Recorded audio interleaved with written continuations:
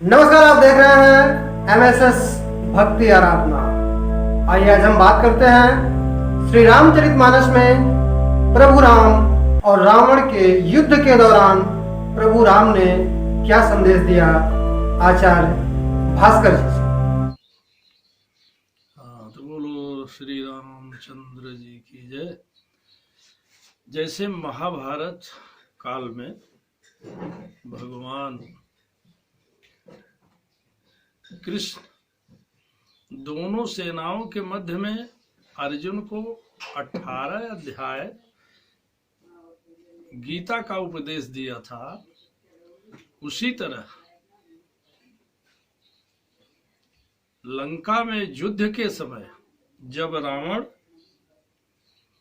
20 घोड़ों के रथ से सज्जित होकर के और युद्ध के लिए समरभूमि में आया, तो विभीषण परमात्मा के पास ही खड़े थे।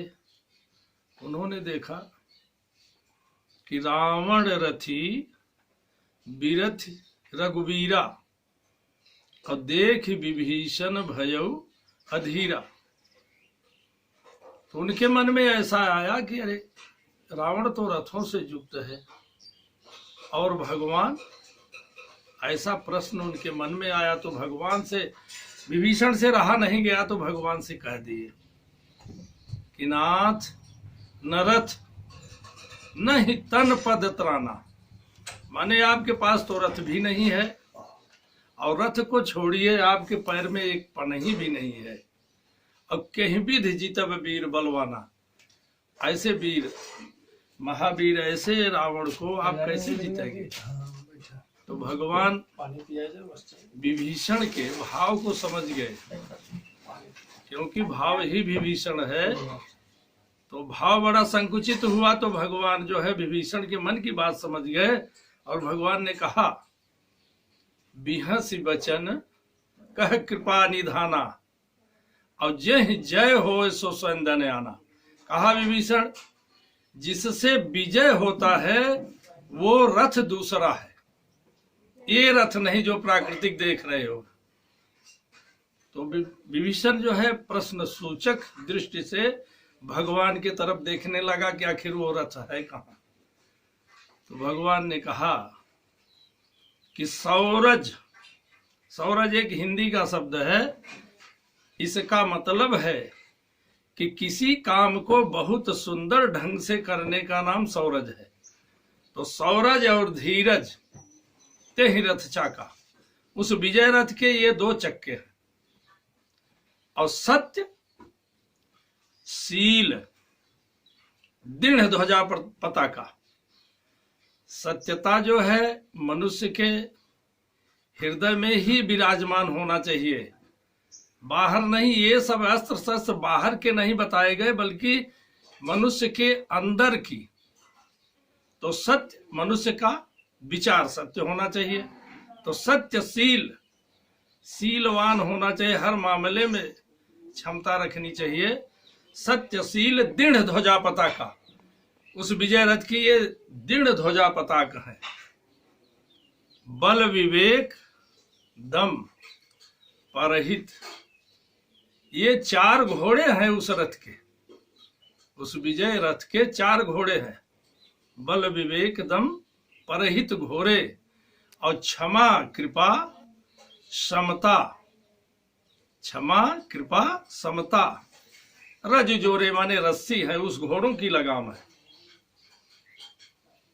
तो दान परस, किसी भी प्रकार अगर समय के समय, जैसे जिस समय जिसको जो अभाव है उसका दान, जेन केन विधि दीने।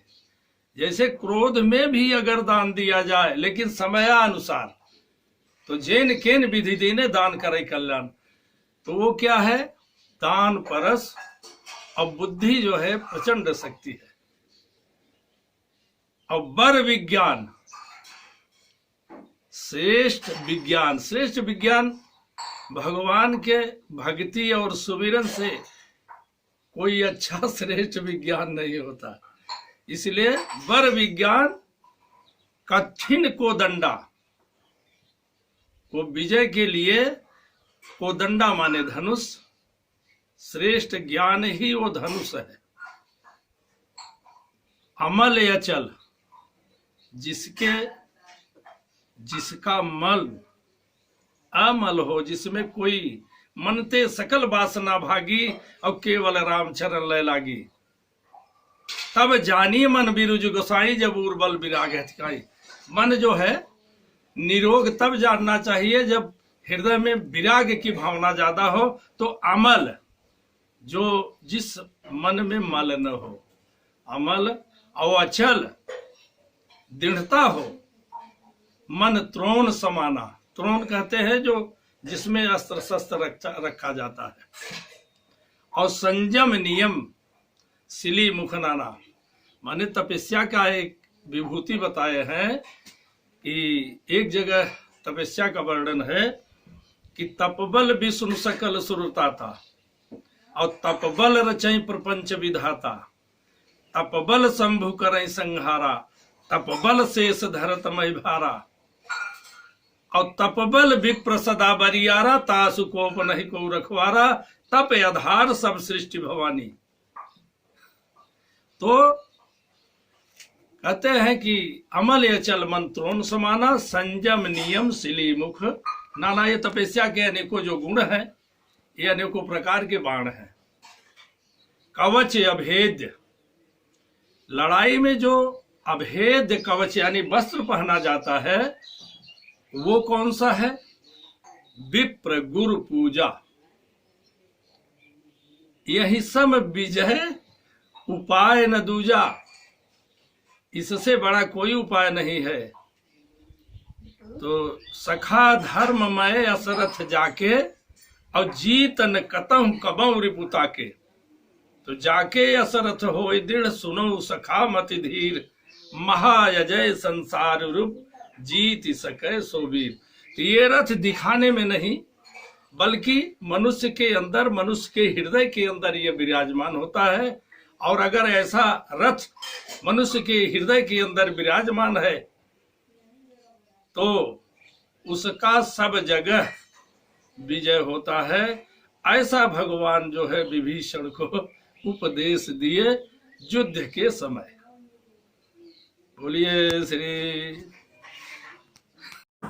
एमएसएस भक्ति आराधना के साथ बने रहने के लिए शुक्रिया।